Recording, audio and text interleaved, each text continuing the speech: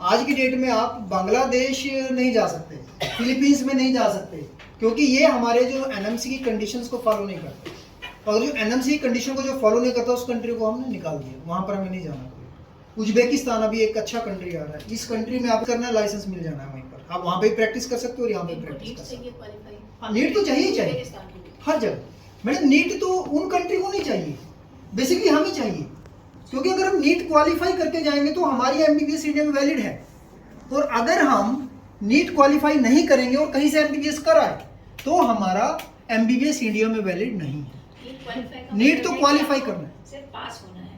पास होना मींस अगर 720 मार्क्स का है तो उसमें कुछ 250 मार्क्स लाने हैं। हाँ, नहीं इतना भी नहीं, जो आपका इसका क्वालिफाइंग मार्क्स होते हैं वो बड़े कम होते हैं। क्वालिफाइंग 250 हर साल नहीं मैम, ये हर साल लगभग चेंज होता है, लेकिन ये रहता है 130 के आसपास, 130, 140, 150, यानी 720 में से आपको हर बार ये कट ऑफ अलग अलग आता है क्वालिफाइंग। कई बार 130 होता है, वो क्वालिफाई वापस ही नहीं आना वहाँ से। हाँ वो मत हो ना, आपको लाइसेंस तो मिल ही जाएगा वहाँ पे। नहीं मतलब नीट क्वालिफाई नहीं किया।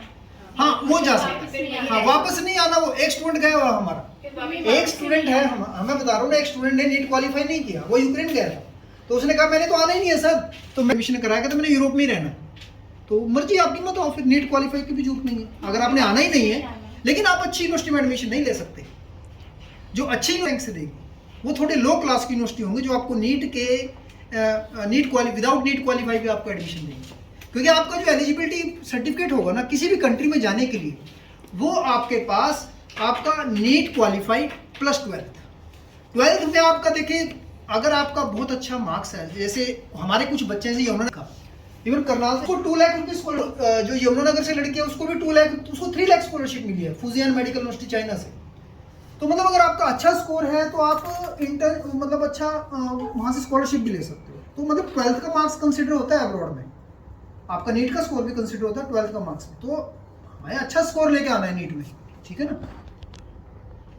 ये कुछ बच्चे ऐसे हैं जो सोच रहे हैं कि हम नीट दे ही ना। नहीं आप देखिए please, literally I want to say one thing. अभी मैंने बोला जो डॉक्टर है वो भगवान की तरह होता है, तो आप उसको डिसरिस्पेक्ट मत करना। देखिए मैं कहता हूँ, अगर आपको ऐसा लगता है ना कि हम नीट नहीं कर सकते, then why you are thinking about doctor. क्यों डॉक्टर बनना चाहते हैं आप? जब आप पढ़ नहीं सकते तो डॉक्टर क्यों बनना चाहते हो? क्यों किसी पेशेंट को मारना चाहते हो आप? क्यों किसी को मतलब मर्डर करोगे सीधा जाके? नहीं, ये नहीं करना। So please don't do like this. Paramedical courses है ना हमारे पास, अगर आपको नीट नहीं करना तो go to the paramedical courses, NDRI का एग्जाम दीजिए आप। डेयरी के कितने सब्जेक्ट्स हैं, बायोटेक्नोलॉजी है। आप क्या सोचते हो कि डॉक्टर बन के ही हम कमाएंगे क्या? और कोई हमारे पास कोर्सेज नहीं बचे? आप वो भी कर सकते हो। तो but when you are suppose to be a doctor, be mentally prepare. देखिए मैं आपको दोबारा अलर्ट करता हूँ, वैसे देखो all are welcome to me, अगर आप आते हो 150 आए हो तब भी मैं एडमिशन कराऊंगा, लेकिन मैं चाहता हूँ कम से कम 400 प्लस तो होने चाहिए आप। अगर आप बस 400 प्लस होना तो आप उस कंट्री में भी स्कॉलरशिप लोगे, तो लेकिन अब्रॉड में फ्री में एमबीबीएस हो जाती है। अगर आपका 12th में 80% प्लस स्कोर है और नीट में आपने लगभग 400 और 500 के बीच में मार्क्स लिए हैं, वहाँ का एक टेस्ट दिलवाऊंगा आपको, जिस अच्छी यूनिवर्सिटी में, लेकिन अच्छी यूनिवर्सिटी में आपका टेस्ट दिलवाया जाएगा, उस टेस्ट को आप क्लियर कर लेना। और जो बच्चा नीट में 400-500 नंबर ले लेता है वो टेस्ट क्लियर कर लेता है। क्योंकि मेरे जिस बच्चे के भी 400-500 नंबर आए हैं और उनका मैंने उस टेस्ट में उनको बिठाया है तो उन्होंने टेस्ट क्लियर किया है, उनको 2-2, 3-3, 4-4 लाख रुपए स्कॉलरशिप मिली है। तो ऐसा नहीं है। लेकिन मैं ये बताऊँ, पढ़ाई हमारे यहाँ मुश्किल है, वहाँ मुश्किल नहीं है आगे, ये बात समझ लेना। अगर आप यहाँ पर नीट में 300-400 नंबर ले रहे हो तो इसका मतलब आप दूसरे कंट्री से काफ़ी आगे जा रहे हो उन बच्चों से, ठीक है। तो इसीलिए बी कॉन्फिडेंट, और ऐसा मत सोचो, बिल्कुल भी नकारात्मक दृष्टिकोण मत रखो जीवन के अंदर। बी पॉजिटिव, आपके आएंगे। ऐसा कैसे हो सकता है? एनसीईआरटी की बुक पढ़ रहे हैं आप, उसको पढ़ लोगे तब भी नंबर आ जाते हैं, ठीक है ना। अलग से आपको मैं कहता हूँ नीट की कोचिंग भी मत लो आप, अगर ऐसे पढ़ोगे ना थारोली तब भी 200 नंबर ले लोगे आप नीट में। 200 नंबर तो हर एक बच्चा जो 80% स्कोर लेगा 12th में वो आराम से ले सकता है, ठीक है। तो इसीलिए डोंट थिंक सो कि हम नीट क्वालिफाई नहीं कर पाएंगे। नीट क्वालिफाई हर बच्चा कर लेता है, सिर्फ आपको पॉजिटिव सोच रखनी है कि हाँ मैं कर लूंगा, मुझे 80% मार्क्स ले रहा हूँ तो इतने भी आ जाएंगे, बस जस्ट इट, ठीक है। तो ये देखिए इंडिया से हमारी दूरी, अब ये हमारा रशिया है, अब इसके पास देखोगे आप, ये चाइना है, हमें इंडिया से चाइना, इधर आपका कजाकिस्तान है, यहीं पर किर्गिस्तान है, आपको जाना यूक्रेन है, यूक्रेन अभी नहीं जाना हमें, तो ये रशिया, मतलब यही हमारा कंट्री है जहाँ जहाँ पर हमें, जहाँ की MBBS मतलब अच्छी है और जो हम अफोर्डेबल है, ठीक है। ये रशिया का पार्ट है, रशिया काफ़ी बड़ा पार्ट है। इसकी यूनिवर्सिटी सिलेक्ट करें, वो ऐसी सिलेक्ट करें कि आपका एयरपोर्ट के नज़दीक हो, जैसे यूक्रेन है। एक्चुअली मैं अभी ये चाइना अच्छी यूनिवर्सिटीज़ हैं, अच्छी यूनिवर्सिटी है, बड़ा अच्छा इंफ्रास्ट्रक्चर है। देखिए चाइना का मुकाबला नहीं है, इसलिए आपने देखा होगा सबसे ज़्यादा बच्चा चाइना जाता है।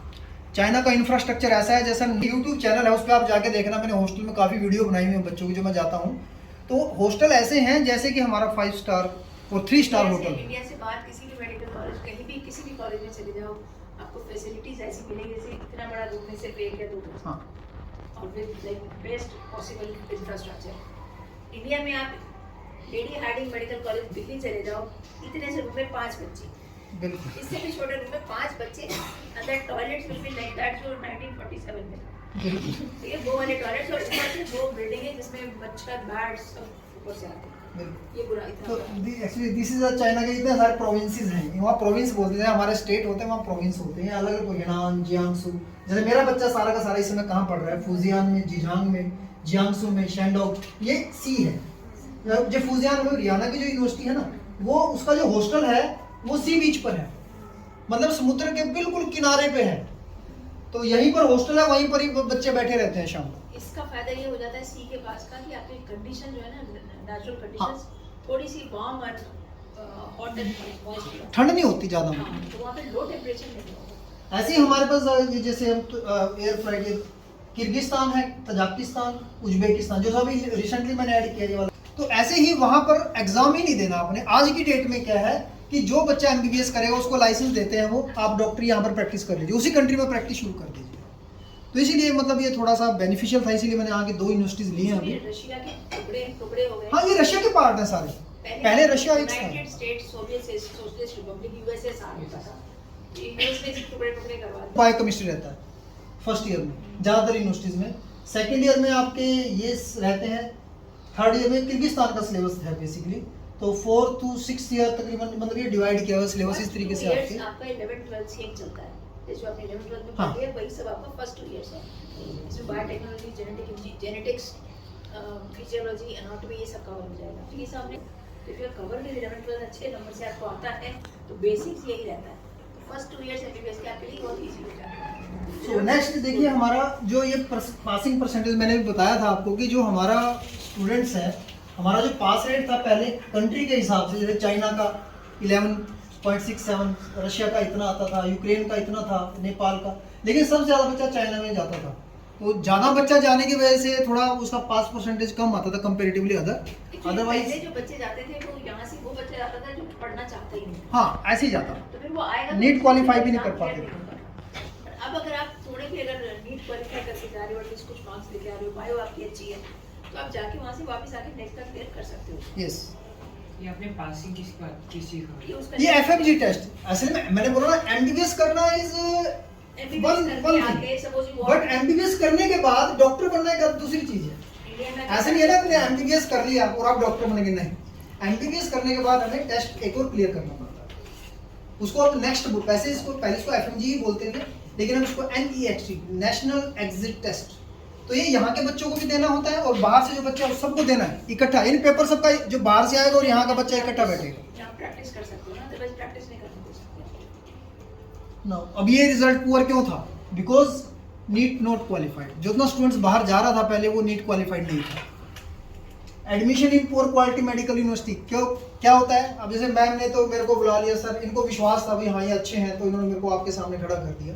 अदरवाइज आपको ऐसी यूनिवर्सिटी में एडमिशन ले लिया जिनकी क्वालिटी बड़ी पुअर है, इवन किर्गिस्तान में बहुत सारी, पाकिस्तान की ऐसी यूनिवर्सिटीज है, इवन चाइना में भी कुछ ऐसी यूनिवर्सिटी, रशिया में भी ऐसी यूनिवर्सिटीज हैं जहाँ जिनकी, जैसे हमारे यहाँ इंडिया में है बहुत सारी यूनिवर्सिटी टॉप है, एम्स टॉप है, अगर आप जाओगे बहुत थर्ड क्लास कर्नाटक में, उधर ऐसे ऐसे कॉलेज भी हैं जो पुअर क्वालिटी के कॉलेजेस हैं, उनमें कभी यूनिवर्सिटीज में एडमिशन नहीं लेना चाहिए, ठीक है ना।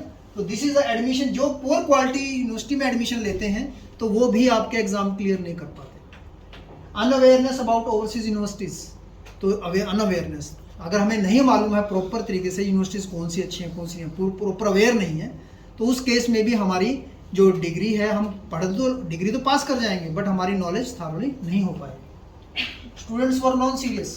कई बच्चे यहाँ से ऐसे जाते हैं जैसे पता नहीं घर में ना जेल में रखा हुआ था उनको, वहाँ जाके आज़ाद हो जाते हैं, रातों घर नहीं घुसना उन्होंने, वार्निंग लेटर मिलने शुरू हो जाते हैं। बहुत बच्चे आते हैं, फ़ोन आते हैं हमारे पास यहाँ भी इंडिया में, संभालते हैं, पेरेंट्स को बताना पड़ता है भैया आपने कैसे बच्चे तो वहाँ जाके रातों रातों तो हॉस्टल में नहीं घुसते, वार्निंग लेटर, क्योंकि वहाँ तो चाइना में इतना स्ट्रिक्टनेस है, 3 वार्निंग लेटर अगर आपको मिल गए चौथे में बाहर निकाल देते हैं।